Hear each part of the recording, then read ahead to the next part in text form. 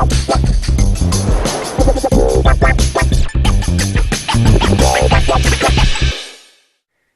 guys, John Rettinger with John4Lakers.com here with a browser speed comparison for you of the iPhone 3G and the T-Mobile G1. Both are running 3G networks. The iPhone here just has 2 bars of 3G, and the G1 actually has 4 bars of 3G, but it should still be a relatively fair comparison.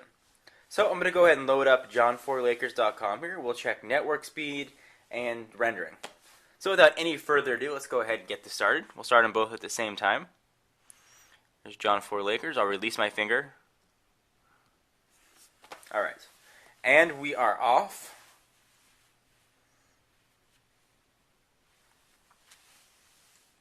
I think the G1's got iPhone caught up.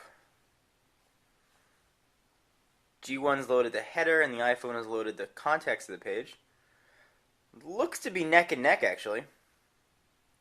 Still going. Alright, the G1 is done, and now the iPhone is done.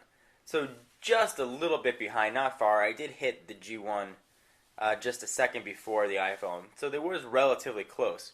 So let's check default rendering here. The iPhone is a very familiar browser you've probably all seen. It renders it immediately in a web view format, so you can see all the text right here, and it looks just as it would on a computer, and your zoom is done by a double tap to zoom in, double tap to zoom out, and you also have the pinch zoom and pinch zoom out, and you can pan around with your finger. So here on the G1, it actually loaded the page in a relatively zoomed format, but it did show it with just the text right here. So it actually zoomed in on just the text and left the images and such to the side. And scrolling is done the same way on the iPhone, nice and smooth, no delay, and it's flick scrolling, so it keeps going after you lift up your finger. And the zoom is done with this plus and minus arrows here, so you can zoom in, zoom out. When you tap the screen, the arrows will show up. And I can zoom out with those arrows. The zooming is not as fluid as the iPhone, but it is definitely usable and actually is very nice. Now, the G1 has something cool that the iPhone doesn't have.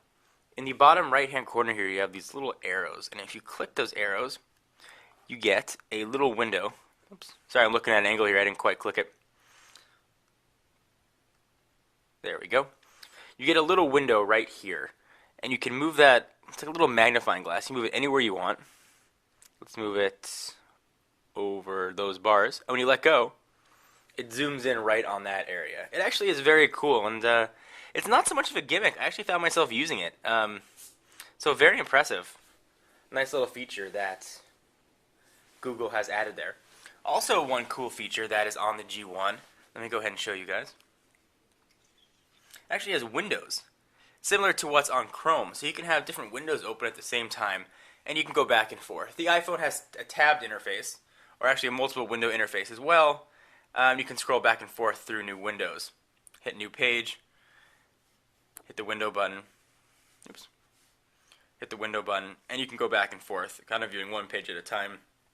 Here you get a layout where you can view 4 at a time. Just different ways to do the same thing, 6, half dozen of another. I'm actually very impressed with the browser on the G1. It actually is the most full-featured, user-friendly browser I've seen on any non-iPhone or non-Apple made device. So certainly kudos to Google for putting out such a stellar browsing-centric device. I use the browser a lot, and I am able to use the G1 just as I would my iPhone, which is my primary daily driver. So certainly give them a big credit. Anyway guys, it's a real short video comparing browser speeds. I hope you enjoyed, and I will see you guys in the next video. Bye-bye. And if you want some exclusive content, be sure to follow me on Twitter, www.twitter.com. And for more news, reviews, and videos, all put out by you, the reader and viewer, be sure to check out www.john4lakers.com. Bye.